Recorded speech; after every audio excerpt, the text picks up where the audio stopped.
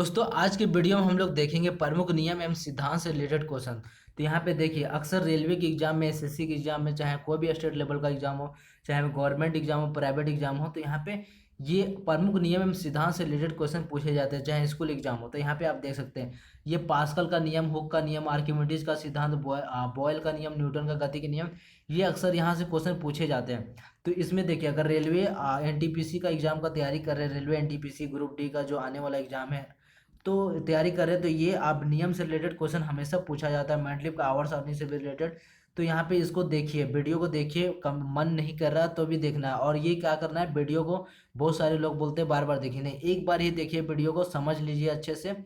अब उसके बाद क्या कीजिए, इसका देखिए इस तरह से जैसे करेंगे, स्क्रीनशॉट ले लीजिए। स्क्रीनशॉट लेने के बाद क्या होगा, स्क्रीनशॉट लेके सेव करके रख लीजिए। उसके बाद जब भी एग्जाम देने जाएंगे या फिर कभी रिवीजन करने का मन करेगा तो एक बार देख लेंगे तो रिवीजन हो जाएगा, ठीक है। तो सबसे पहले हम लोग देखते हैं, या फिर इसका स्क्रीनशॉट लेने के बाद एक बार बोल के रिवाइज कर लेंगे तो हो जाएगा कंप्लीट।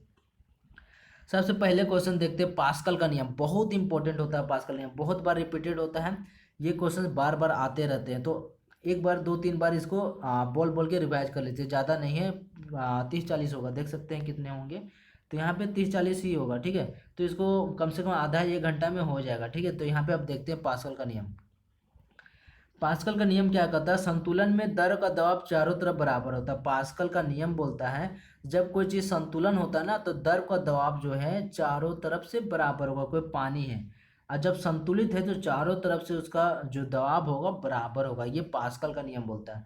तो पास्कल, पानी पास हो जाता है ना, बार बार ऐसे याद रखिए।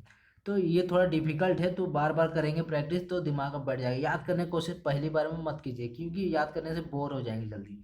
याद करना है तो दूसरी तीसरी बार में याद कीजिए, पहली बार में सिर्फ पढ़ना और सुनना रहता है। कोई भी चीज़ देखिए, पहली बार में आप सिर्फ पढ़िए और देखिए और समझिए, सेकंड या थर्ड बार में उसको याद कीजिए। हुक का नियम क्या बोलता है, प्रत्यास्थता यानी प्रत्यास्थता सीमा के अंदर प्रतिबल सदैव विकृति के समानुपाती होता है। यानी प्रत्यास्थता सीमा के अंदर, प्रत्यास्थता सीमा के जो अंदर जो होगा प्रतिबल जो होगा सदैव जो होता है विकृति के बराबर होगा, समानुपाती होगा, ठीक है। ये हुक का नियम बोलता है। अब देखिए आर्किमिडीज का सिद्धांत क्या बोलता है, तो आर्किमिडीज का सिद्धांत बोलता है किसी दर में डूबे किसी ठोस पर लगा उत्क्षेप ठोस द्वारा हटाए गए द्रव के भार के बराबर होता है। तो यहाँ पे आप देख सकते हैं आर्किमिडीज का सिद्धांत में थोड़ा तो पढ़ा था। तो उसमें अगर मान लीजिए स्विमिंग पूल में नहा रहे हैं, तो वहाँ पे देखिए आप गए तो आपका भी वेट लगा वहाँ पे, तो पानी का मतलब थोड़ा सा मतलब आयतन बढ़ गया, तो वहाँ पे देखिए तो पानी नीचे की ओर गिरने भी लगता है ना। तो ये आर्किमिडीज का नियम में ही लागू होता है, ठीक है। अब ये समुद्र में जहाज डूबता नहीं है, ये भी आर्किमिडीज का नियम में ही लागू होता है। किसी दर में डूबे किसी ठोस पर लगा उच्छेद, किसी दर पर, कोई पानी में डूबा कोई ठोस पर जो वहाँ पे लगता है ना बल, तो ठोस द्वारा हटाए गए द्रव के भार के बराबर होता है। तो यहाँ पे देखिए ठोस द्वारा हटाए गए, जो ठोस जो होता है ना, जो मान लो स्विमिंग पूल में कोई आदमी गया तो आदमी ठोस है, उसके द्वारा हटाया गया जो होता है ना द्रव होता है, वो भार के बराबर होता है। मतलब जितना पानी मतलब जगह जगह घेरा ना उसके बराबर होता है, कि कितना जगह पानी घेरा था उतना मतलब पानी गिर जाता है, जितना आदमी का भार जो होता है उतना पानी गिर जाता है। मान लीजिए कि हम अपना वेट को मतलब वेट करना है कि, तो पानी के वेट के बराबर करना है। तो मान लीजिए कि हमारा स्विमिंग पूल है, स्विमिंग पूल में जैसे हम लोग पानी थोड़ा कम था उसमें गए स्विमिंग पूल में, तो जैसे गए तो वहाँ से कुछ पानी गिरा, तो वो पानी गिरा तो हमारा जितना डेंसिटी था, जितना डेंसिटी घेरे उतना पानी गिर गया उसमें, तो वो जो उपद्रव का वेट था और मेरा वेट इक्वल हो जाएगा, ठीक है। तो यहाँ पे देखिए बॉयल का नियम क्या कहता है, किसी निश्चित तापक्रम पर कोई निश्चित तापक्रम हो रहा पर किसी गैस को दी गई मात्रा का आयतन उसके दाब के व्यतनुक्रमानुपाती होता है, यानी उसका जस्ट उल्टा होता है। जैसे ए है तो ए का क्या होगा, 1/a होगा, इस तरह व्यतनुक्रमानुपाती इसको बोलने नहीं आ रहा है, व्युत्क्रमानुपाती होता है, ठीक है। तो बॉयल का नियम किसी निश्चित तापक्रम पे, कोई निश्चित तापक्रम है पर किसी गैस को दी गई मात्रा का आयतन, किसी गैस को दी गई मात्रा का आयतन उसके दाब के व्युत्क्रमानुपाती होता है, ठीक है, बोल लिया, ठीक है। न्यूटन के गति का नियम क्या होता है, थोड़ा सा मिस्टेक हो जाता है, नया शब्द रहता है ना, तो यहाँ पे आप देख सकते किसी के साथ होता है, कोई भी आदमी परफेक्ट नहीं है तो किसी का भी मजाक नहीं उड़ाना चाहिए। यहाँ पे आप देख सकते हैं, आपको समझाने के लिए किया गया, तो ठीक है। न्यूटन के गति का नियम आगे आप देख सकते हैं, प्रथम नियम क्या है, द्वितीय नियम क्या है, तृतीय first law, second law, third law ऐसे बोलते हैं। तो प्रथम नियम में क्या आता है, जो कोई वस्तु तब तक अपनी गति अथवा विरामावस्था में होती है जब तक कि उस पर कोई बाहर से बल ना लगाया जाए। तो बल लगा, जैसे कोई ट्रेन खड़ी हुई है, कोई ट्रेन खड़ी हुई है, अचानक से उसमें बल लगाते हैं ना, तो क्या होता है, हम पीछे की ओर गिरते हैं। मतलब जैसे हम ट्रेन में बैठे हुए सीट में, तो अचानक से ट्रेन मतलब अभी रुका हुआ है तो अचानक चलना स्टार्ट होता है, हम पीछे की ओर गिरते हैं। तो ये पहले नियम में ही लागू हो जाता है। अगर ट्रेन वाला पूछा जाए तो पहले नियम में क्लियर कर देंगे, विराम अवस्था में गति लगाएंगे बाहर से, तभी से वो ट्रेन आगे चलेगी। ऐसे द्वितीय नियम में क्या होगा, संवेग में परिवर्तन की दर आरोपित बल के समानुपाती होता है। अगर संवेग में परिवर्तन की दर जो है आरोपित, जो आरोप किया है उसके बल के समानुपाती, ऐसे याद रखिए, बराबर होगा। एवं परिवर्तन उसी दिशा में होता है जिस दिशा में बल आरोपित किया जाता है, जिस दिशा में बल आरोपित किया जाता है उसी दिशा में परिवर्तन होगा। ये दूसरे नियम बोलता है। तो संवेग पहला में आप ऐसे याद रख सकते हैं, विरामावस्था याद रख सकते हैं, दूसरे में संवेग याद रखते हैं, और तृतीय नियम में प्रत्येक क्रिया के विपरीत और बराबर प्रतिक्रिया होती है। जैसे कुएं से पानी भरना, तो रस्सी रगड़ जाता है ना, जैसे घिरनी लगा हुआ था कुएं में, तो पानी भरते तो नीचे की ओर जाता है, तो आराम से जाता है, लेकिन आप जब खींचते हैं ऊपर की ओर तो भार बढ़ जाता है, तो रस्सी का रगड़न हो जाता है ज़्यादा। तो ये कुएं वाला तृतीय नियम में आ जाएगा। तो यहाँ पे तो ऐसे याद रख सकते हैं, तो पहले विरामावस्था, फिर यहाँ पे संवेग, उसके बाद लास्ट में क्रिया वगैरह याद रख सकते हैं। संवेग संरक्षण के सिद्धांत क्या काम करता है, जब दो या दो से अधिक वस्तुएं एक दूसरे के साथ परस्पर क्रिया करती हैं एवं कोई भी बाहर का बल नहीं लग रहा, तो उनका कुल संवेग सर्वदा संरक्षित रहता है। उदाहरण रॉकेट की उड़ान। ठीक है। संवेग संरक्षण के सिद्धांत क्या है, जब दो या दो से अधिक वस्तु एक दूसरे से अभिक्रिया करे, एक वस्तु और दूसरा वस्तु, ये इन दोनों एक दूसरे से अभिक्रिया करेगी और बाहर से कोई बल नहीं लगाएंगे, तो क्या होगा, तो उनका कुल संवेग सर्वथा एकदम सुरक्षित रहेगा, प्रोटेक्टेड रहेगा, जैसे रॉकेट की उड़ान। यानी दो या दो से अधिक क्रिया उसमें काम कर रहे हैं, लेकिन बाहर से कोई बल नहीं लग रहा, तो उसका कुल संवेग जो है सुरक्षित रहता है। न्यूटन का गुरुत्वाकर्षण नियम क्या करता है, इसको भी देख लेते हैं। किन्हीं दो पिंडों के बीच कार्य करने वाला बल का परिणाम पिंडों के द्रव्यमान के गुणनफल के समानुपातिक तथा उसके बीच की दूरी के वर्ग के वैध क्रमानुपाती होता है। ठीक है, आप तो बोल ले रहे हैं अच्छे से। तो मान लो दो कोई पिंड है, एक पिंड ये हुआ, एक पिंड है, दोनों के बीच लगने वाला जो परिणाम का बल है पिंडों के द्रव्यमान जो है गुणनफल के समानुपाती होगा। यानी बल का जो परिणाम है पिंडों का जो द्रव्यमान है उसके गुणनफल के समानुपाती होगा, और उनके बीच की दूरी के वर्ग के वैध क्रमानुपाती होगा। चार्ल्स का नियम क्या बोलता है, दाब नियत हो तो गैस का आयतन परम तापक्रम का समानुपाती हो। दाब नियत हो तो गैस का आयतन परम तापक्रम का बराबर होगा। गैसों का गति सिद्धांत क्या काम करता है, यदि किसी गैस को घनाकार बर्तन में रखा जाता है तो गैसों का दाब गैस के द्वारा उत्पन्न दाब के बराबर होता है। मान लीजिए गैसों का गति सिद्धांत क्या करता है, कोई बर्तन में गैस को रखा गया है, तो गैसों का दाब होता है गैस के द्वारा उत्पन्न दाब के बराबर। गैसों का जो दाब होता है उत्पन्न दाब के बराबर होगा, जो गैस द्वारा बर्तन की दीवार की इकाई क्षेत्रफल पर इकाई सेकंड में उत्पन्न होता है। जो गैस की जो बर्तन की दीवार की इकाई क्षेत्रफल है ना, उस पर इकाई सेकंड में उत्पन्न होगा। नीचे देखते हैं किरचॉफ्स का ताप नियम। ये क्वेश्चन हमको पूछा गया था कब, 11 क्लास के एग्जाम में। 11 क्लास के एग्जाम में किरचॉफ सेकंड लॉ ऐसे पूछा गया था, क्वेश्चन याद आ रहा है, उतना दिन से तो भूल गए हैं। तो यहाँ पे किरचॉफ्स का ताप यहाँ पढ़ेंगे तो याद आएगा। किसी विकिरण के लिए ऊष्मा का अच्छा, तो यहाँ पे आप देख सकते हैं, तो किरचॉफ्स, तो किसी विकिरण के लिए ऊष्मा का अच्छा शोषक, उसी विकिरण के लिए ऊष्मा का अच्छा विकिरण भी होता है। ऊष्मा का इकाई जो होता है जूल होता है, यानी हीट का अगर मात्रक बोला जाए तो जूल होगा। ये हम पूछा गया था हीट का मात्रक क्या है, मुझे इंजीनियरिंग का जो प्रैक्टिकल एग्जाम हो रहा था मेरा, जब मैं 2015 में, तो उस समय हीट का पूछा गया था प्रैक्टिकल, बाहर से वाइवा के लिए आए थे, तो हीट का पूछा गया था कि मात्रक क्या है, इकाई क्या था, जूल होता है। ठीक है, तो कुछ चीज़ें जो है आपको लाइफ में याद रखते हैं, जो चीज़ें आपको थोड़ा अच्छे से पढ़े होंगे। किसी विकिरण के लिए ऊष्मा का अच्छा शोषक, कोई भी विकिरण है उसके लिए ऊष्मा का अच्छा शोषक, उसी विकिरण के लिए ऊष्मा का अच्छा विकिरण भी होता है। ठीक है, कूलाम का व्युत्क्रम वर्ग नियम। ठीक है, कूलाम का व्युत्क्रम वर्ग नियम क्या होता है, समान आवेश परस्पर प्रतिकर्षित व असमान आवेश आकर्षित होता है। यानी समान आवेश जो होता है परस्पर प्रतिकर्षित होगा और असमान आवेश जो होता है आकर्षित होगा।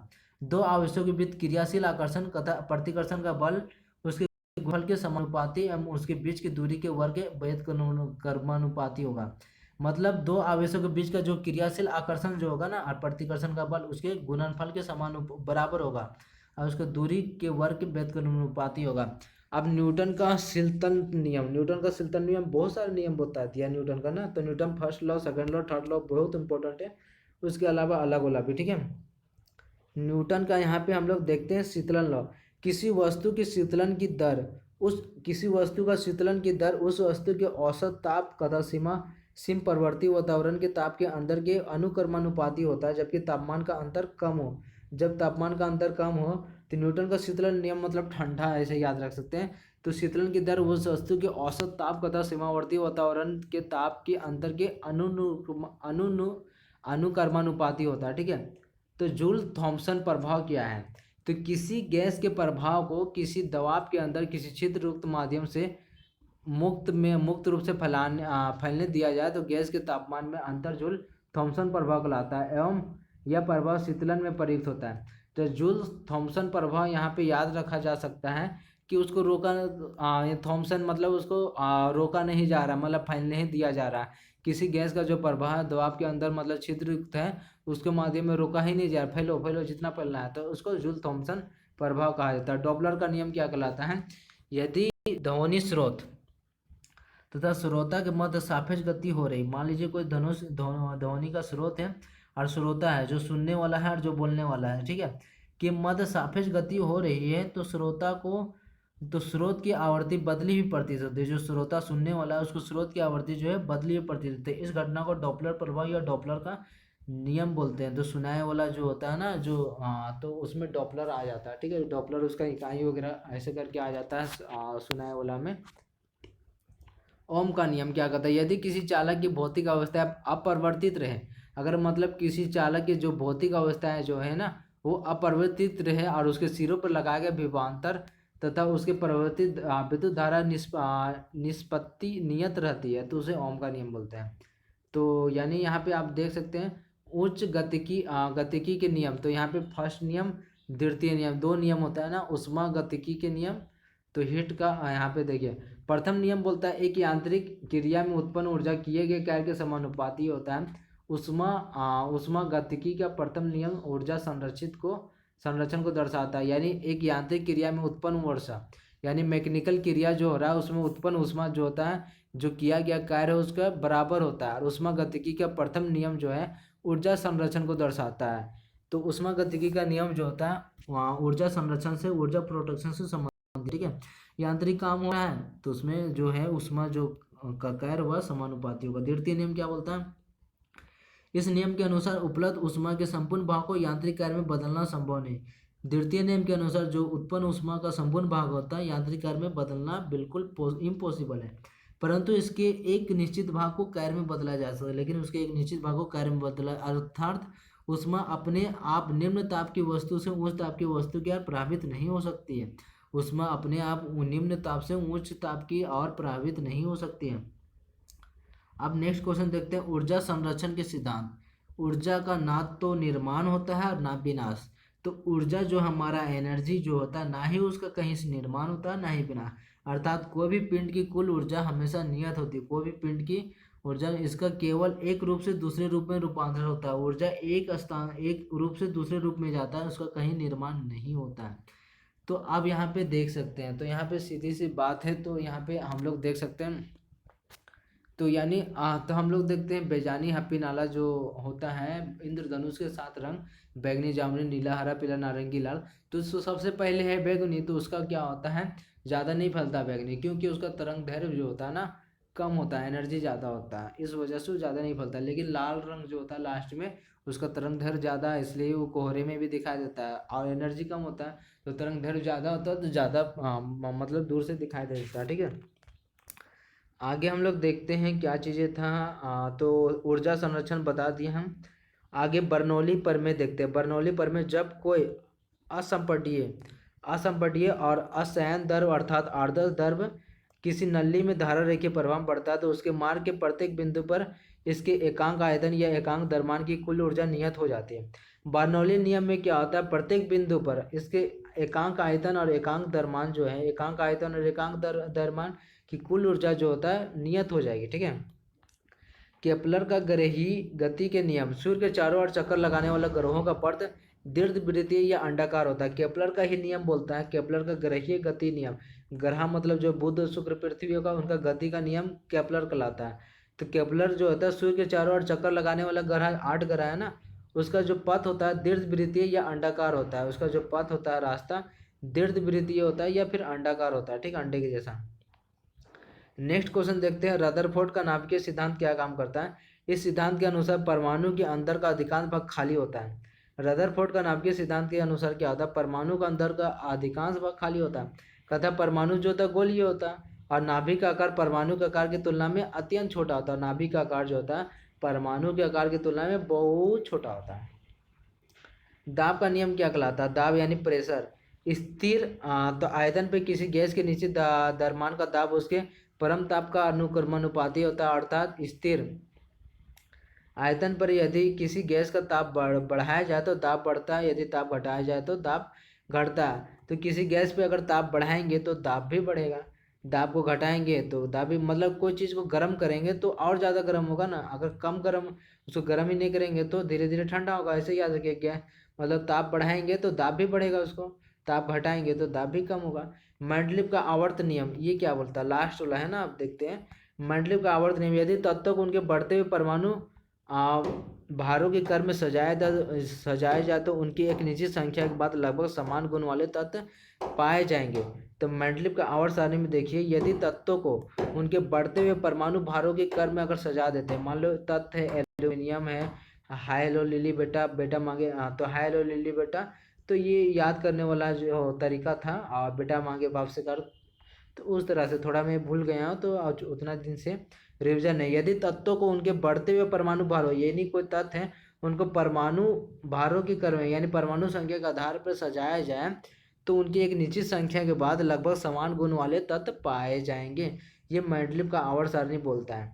मान लो कोई तत्व है, उसको परमाणु संख्या के आधार पर रख दो तो बाद में एक संख्या वाले लगभग गुण वाले समान तत्व पाए जाएंगे। आधुनिक आवर्त सारणी जो बाद में बनाया गया मेंडलीव के बाद, उसके शीर्ष मोजले ने बनाया था। तो तत्व के भौतिक एवं रासायनिक गुण उनकी परमाणु संख्या के आवर्त फलन होता है। तत्व के भौतिक एवं रासायनिक गुण उसकी परमाणु संख्या के जो होता है क्या होते हैं, आवर्त फलन होते हैं। तो ये मेंडलीव के अनुसार नहीं, थोड़ा नए अनुसार से ये चीज़ों को रखा था। परमाणु संख्या के अनुसार कुछ दिक्कत थे तो ये कुछ और तरीका लगाया था, ठीक है। तो यहाँ पे आप देख सकते हैं ये बहुत इंपॉर्टेंट क्वेश्चन था, प्रमुख नियम एवं सिद्धांत से रिलेटेड। ये क्वेश्चन बार बार पूछा जाता है रेलवे और एसएससी और एनटीपीसी के एग्जाम में, बहुत सारे एग्जाम में। तो ये अगर देख लिए हैं तो इसको अगर स्क्रीनशॉट लेना चाहते हैं तो ले लीजिए और बाद में रिवीजन कर लीजिए। अगर दोबारा भी देखना चाहते हैं वीडियो को तो देख सकते हैं। आगे नेक्स्ट वीडियो आपका होने वाला है, तो यहाँ पे हम लोग देख सकते हैं आगे आपका नेक्स्ट वीडियो कंप्यूटर विज्ञान से होने वाला है। कंप्यूटर विज्ञान से रिलेटेड सारे क्वेश्चंस को हम लोग कवर करेंगे जो हर एक एग्जाम में पूछा जाता है। ये सारे क्वेश्चन आपको स्पीडी बुक जो रेलवे का जो 2021 का नया वाला बुक है उससे बताया जा रहा है। कंप्यूटर का हिंदी नाम संगणक होता है या संगहक होता है, ऐसा याद रखा जाता है। तो यहाँ पे हम लोग इसको बाद में डिस्कस करेंगे, वीडियो लंबा हो रहा है, ठीक है। तो इस तरह का अगर वीडियो अगर रेगुलर देखना चाहते हैं चैनल को सब्सक्राइब कर लीजिए, बेल आइकन दबा दीजिए ताकि नया वीडियो अपलोड हो सीधा नोटिफिकेशन आपके पास चला जाए। और डेली जॉब अपडेट से रिलेटेड भी वीडियो रेगुलर अपलोड होता रहता है, तो उसको भी देखना है तो चैनल को सब्सक्राइब कर लें।